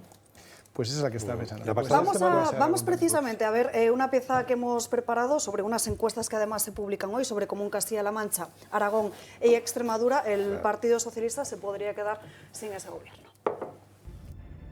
Queda poco más de un mes para que los españoles acudan a votar. Las elecciones autonómicas y municipales están a la vuelta de la esquina y los políticos lo saben. Por eso se dedican ahora a anunciar sus medidas estrellas para convencer a los más indecisos. Sin embargo, parece que hay un partido que no está convenciendo a casi nadie, el PSOE. Y es que el partido de Sánchez podría despedirse de algunas autonomías. Según las últimas encuestas, Carlos Manzón, el candidato popular en la Comunidad Valenciana, podría ganar el próximo 28 de mayo. Pero eso sí, necesitaría el apoyo de Vox para gobernar.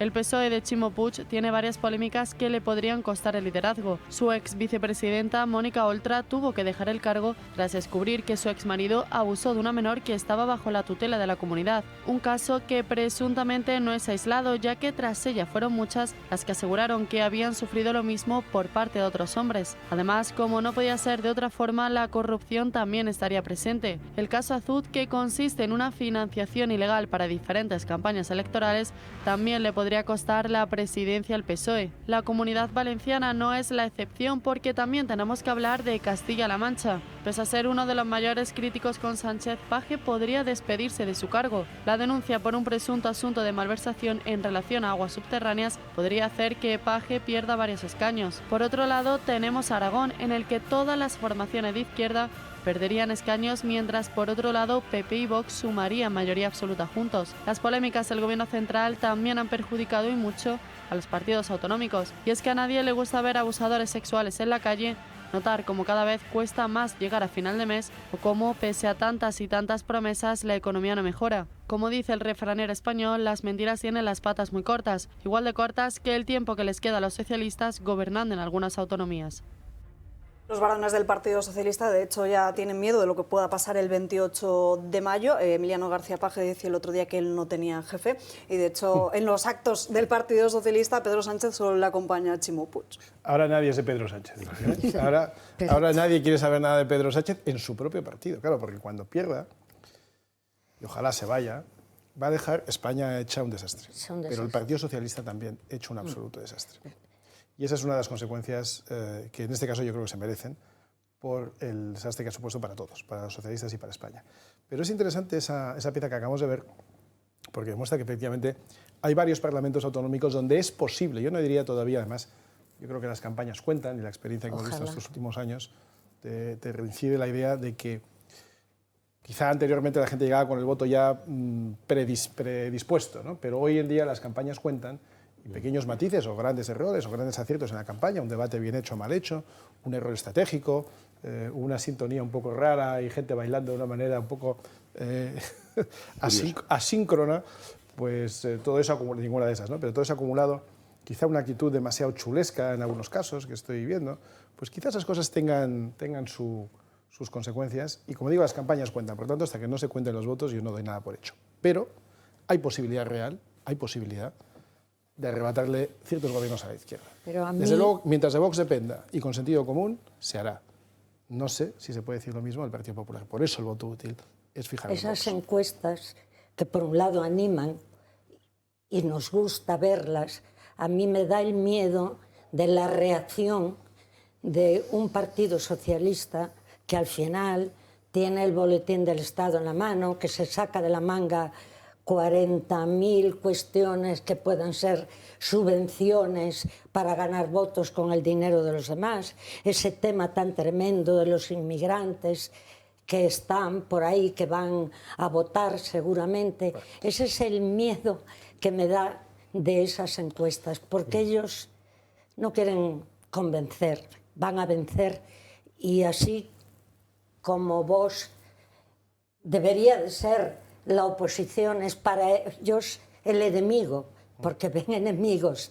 Por tanto, tenéis que trabajar hasta el final. Nosotros tenemos que trabajar a tope, Carmen, pero yo no tengo duda de que si todos los votantes que no son de izquierda... Pero la salvación es la unión de los dos, no hay otra. Pero fíjate lo que decíamos antes, la importancia de ir por separado y de traer votos diferentes y luego poner en común aquello que se puede poner en común. Alto y claro. Pero lo que es fundamental es que todos los que no sean de izquierdas hagan a votar este 28 de mayo, ni de izquierdas ni nacionalistas. Tremendo. Izquierdas nacionalistas que hagan lo que quieran, que voten o no, pero los que no se sientan de izquierdas o nacionalistas tienen que salir a votar en defensa propia. En defensa propia, porque es que nos están atracando, nos están destrozando el país, las comunidades, las ciudades, los pueblos, los barrios. Y es una última oportunidad para defendernos. Si no salimos a votar, si no tenemos la responsabilidad de poner una urna en un voto un día, no es tanto esfuerzo, por muy buen tiempo que haga ese día, por muy atractivo que sea el fin de semana para escaparse. Si no somos capaces de venir a votar el domingo, entonces es que nos merecemos lo que tenemos. Pero yo creo que no. Yo creo que vamos a ser capaces de convencer a la gente de que ejerza su voto, de que lo haga, como digo, en defensa propia Y luego ya, como digo, el voto útil de cada uno. Si uno está dispuesto a que jueguen con su voto, pues bien, allá ellos. Si uno quiere tener el voto seguro son los Vox. Tenemos, Iván, una distinción que creo que es clave. El voto útil puede estar muy bien, pero no el voto del mal menor, que es otro voto que en su momento se confundía con el voto útil. La gente te decía el voto útil es, aunque sea con la nariz tapada, aunque sea el mal menor. No, votar el mal menor es un mal menor, pero es un mal. Hay que ser el voto útil, pero no el mal menor. Y lo siguen, la pasada semana se sigue utilizando. La pasada semana en el Boletín Oficial de la Comunidad de Madrid se publicó un concurso por el cual comprometía, creo que eran 8 millones, poco más de 8 millones de euros de nuestros impuestos para la... era algo así como no resocialización, sino para la educación, la vivienda, el control de solo 26 menas. Ahí es donde yo me pregunto si se puede votar al Partido Popular a veces, como has dicho, en defensa propia, porque es que no... La defensa propia sería hacer lo que imponen los convenios internacionales, que es decir, los menas no pueden estar, un menor no acompañado, un menor tiene que estar con sus familias, y si no está con sus familias tiene que estar con el Estado del que son originarios, para que ellos se ocupen de su educación.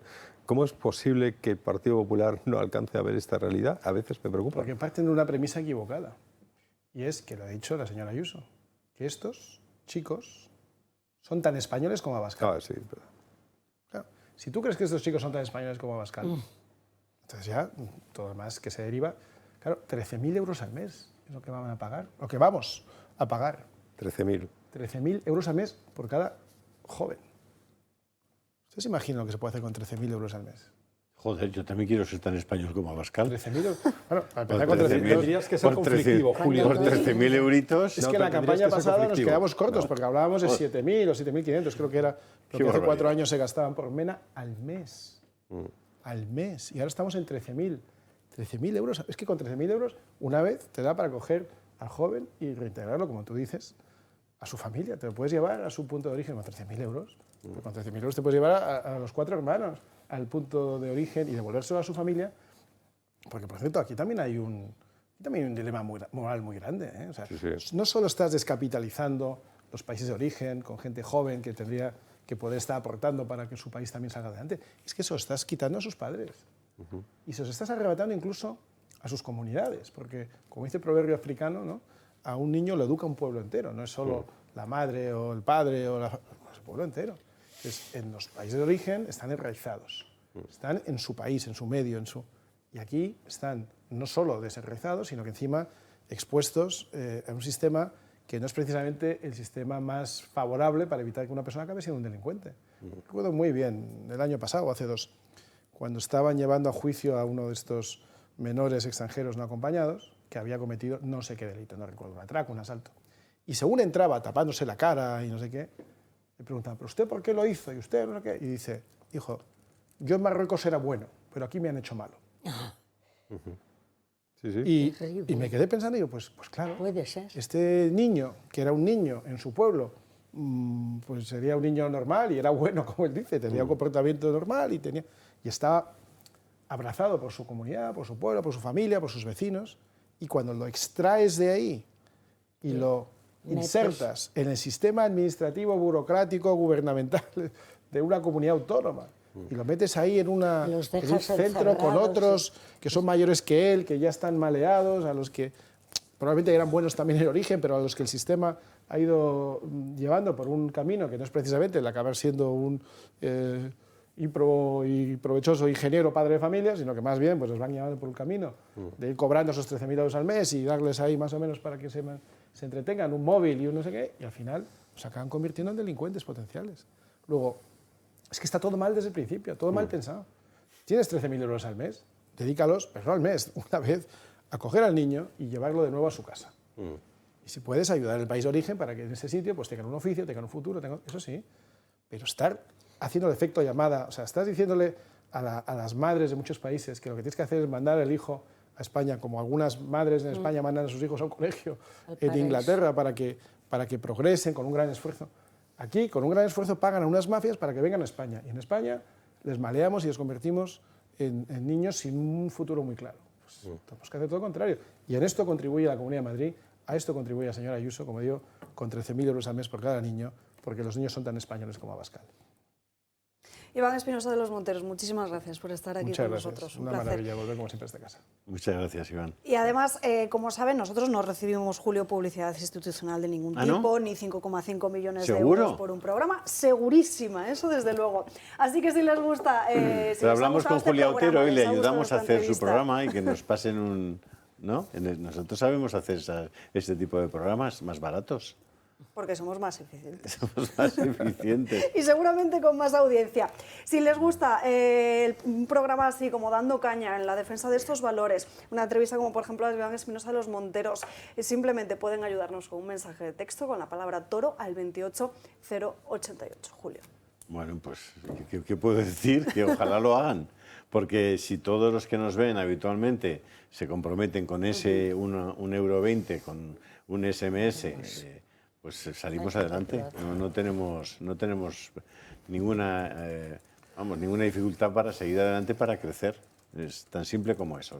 Solo hace falta que nos tomen en serio. Como dijo Iván, Espinosa, hay mucha gente heroica, hay mucha gente buena, pero es la desconocida. Y hay que apoyar también. Pues ya lo saben, mensaje de texto con la palabra toro al 28088 y por menos de lo que cuesta un café podrán ayudarnos a que el Toro Televisión siga siendo posible. Nos vamos a una pausa de publicidad, la última del día de hoy, y a la vuelta todavía tenemos muchos asuntos pendientes. Todavía tenemos que hablar de Yolanda Díaz, de lo que está pasando en Francia, de la ley del sí es sí y de muchas más cuestiones. Les esperamos en unos minutos.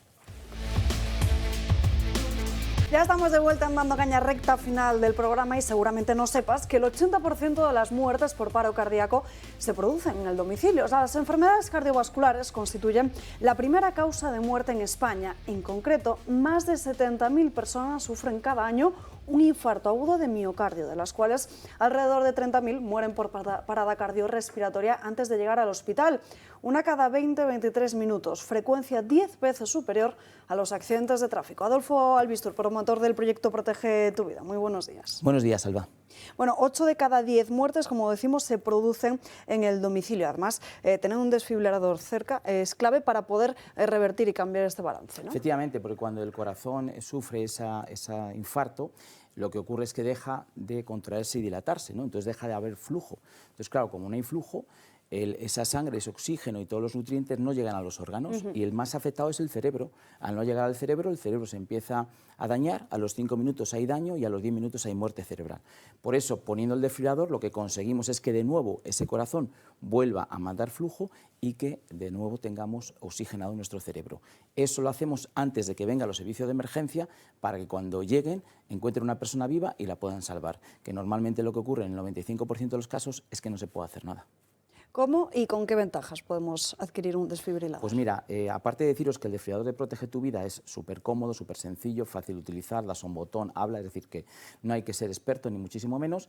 Tenemos un teléfono ahí en pantalla y además os doy una gran ventaja, que es que si compráis el desfibrilador diciendo que llamáis de Dando Caña, vais a tener un 30% de descuento. Es un 900-730-061, llamada gratuita, llamarnos ahora y sabemos que sois vosotros. Es fundamental tenerlo ya no solo en centros de trabajo, en empresas, sino también en casa o incluso en centros deportivos. Eso es, centros deportivos, siempre vas a hacer ejercicio, debemos de tener un desfibrilador porque el corazón se pone a unas palpitaciones diferentes y debemos de estar cubiertos en ese centro deportivo. Pues ya lo saben todos nuestros espectadores. Adolfo, un placer, como siempre. Gracias, Alba, a vosotros. Como les contábamos antes, la noticia de última hora de esa ley del solo sí es sí, donde parece que el Partido Socialista ha llegado a un acuerdo con Podemos después de que Pedro Sánchez haya asegurado este fin de semana en una entrevista que si tenía que pedir perdón a las víctimas por esas excarcelaciones de sus violadores, él pedía ese perdón. ¿Con Podemos, Alba? ¿Ha llegado a un acuerdo con Podemos? No, PSOE con Partido Popular. Ah, pues has dicho a espaldas de Podemos. Para las modificaciones. Vamos a ver esas declaraciones del presidente del Gobierno. El planteamiento que ha hecho el Grupo Parlamentario Socialista es respetar el corazón de la ley del sí es sí, respetar el consentimiento como el elemento central de la ley del sí es sí, pero sí desde el punto de vista jurídico-técnico, dar una respuesta técnica, insisto, técnica, no política, porque la política está dada con la ley del sí es sí a estos efectos indeseados. Si hay que pedir perdón a las víctimas, yo pido perdón a las víctimas por estos efectos indeseados. Bueno, ahí está, esas disculpas de Pedro Sánchez que, vamos, no han tenido meses para cambiar la ley, ¿eh? Dice, si tengo que pedir disculpas o no sé qué, pediré disculpas. O sea, ¿qué hay que hacer para que no se cabre la gente? Es un tipo de disculpas muy distintas de cuando A ver, es una tomadura de pelo que después de lo que ha pasado y el tiempo transcurrido, ahora salga con esa cara de llorón, ¿no? Pero, en fin, las mujeres que le voten, ellas sabrán lo que hacen. Cuando no es mi caso. Comenzaron las primeras rebajas de penas, él estaba en el extranjero y entonces siguió defendiendo la ley y dijo que, a ver, que decía el Supremo, realmente es que hay que decir cada día que es mentiroso, que se adapta a las circunstancias, que cambia, que es un auténtico camaleón. Pero yo también, en este caso, diría que Feijóo, que respondió rápido y le dijo, pues si la ley es tan mala, tiene que cesar a esas dos ministras, pues que se lo ponga ahora de condición. ¿Cómo ahora le va a apoyar las modificaciones? Siempre se sale Pedro Sánchez con la suya. Y es así, una vez más, va a salir con la suya, porque la verdad es que la reforma, hasta que entre en vigor, y aún así, todos los que sigan reclamando ahora o que se les condene ahora con esta ley en vigor, siguen con el mismo sistema. Tiene que pedir perdón a muchas más víctimas, no solo a las que ya están, sino a las que vendrán. En lo que se refiere a Yolanda, con lo que empezábamos, y la entrevista de Évole que yo vi ayer, vi ayer a trozos, porque es que cada vez que yo miraba estaba atendiendo otra cosa y cada vez que miraba parecía un bucle, o sea, es que era como hemos vuelto atrás, no, siempre era lo mismo, todo me decía, era la misma pregunta una y otra vez, van a pactar, van a pactar, van a pactar, era terriblemente aburrido. Pero sí que lo que noté ayer, lo ponemos como lo habéis puesto y lo podemos entender todos como una gracia, como lo de Iñaki Gabilondo como jefe de Estado. Pero a mí me causa una cierta tristeza. Y se entienda que yo, y Julio lo sabe, lo único que tengo en mi vida es que soy del Atleti y anticomunista. Entonces, por ahí vamos ya. Yo estoy de acuerdo con él en una de las dos cosas. Exactamente, lo del Atleti, muy bien. Así Seguro. El problema, es que ayer vimos en directo la muerte, o el proceso, la agonía, de un movimiento extraordinariamente interesante que yo creo que esta casa siguió como ningún otro medio, que fue el movimiento del 15M.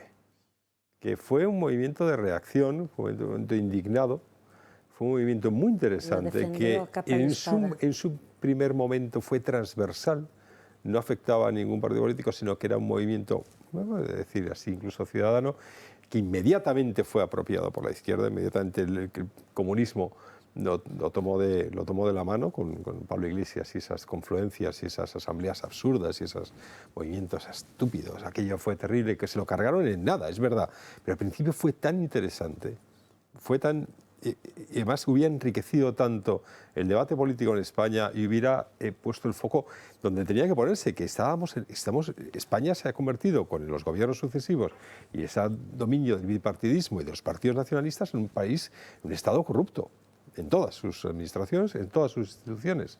Y estaba bien que hubiera un movimiento de indignación. Pero cuando dice Yolanda Díaz que a ella lo que le gustaría es tener un jefe de Estado como Iñaki Gabilondo, que es la esencia pura, San Iñaki Gabilondo, el beato o santo, yo no sé en qué punto estamos, laico, claro, por supuesto, que está en ese punto en el que es puro aparato socialista de comunicación, es el periodista que mejor ha llevado de la mano toda esta corrupción, todo este dominio, esta hegemonía cultural de la izquierda, este dominio de hegemonía cultural, pero del socialismo, no del comunismo. Cuando Yolanda Díaz se rinde a eso, se ha terminado el movimiento del 15M. Ya no hay indignados, ya no hay nada. Ya hay otra vez una vuelta al sistema. Y eso me provocó una cierta tristeza. Mira que no me gusta Podemos, pero desde luego...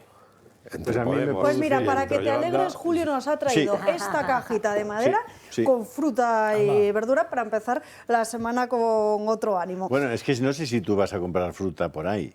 pero Es que ya la compro está a por ahí. unos precios sin comentarios. Bueno, déjame contarle a nuestros Cuenta, espectadores cuenta, lo que es cuenta. Comefruta, porque con Comefruta pueden disfrutar de los mejores productos de la huerta, además, sin movernos de casa.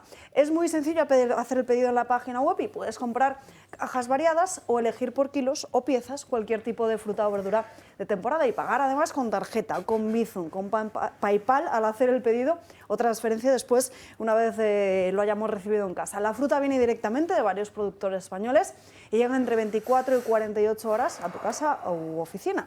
Al ser además fruta de temporada y no pasar por cámaras o tienda, se conservan todas las propiedades y también su sabor. Venden también otros productos frescos y algunas conservas de pequeños productores que pueden ver si quieren a través de la página web. Y ojo, porque a todos los que sean socios del Club de Amigos del Toro Televisión les dan un descuento del 5% con el código ELTOROTV.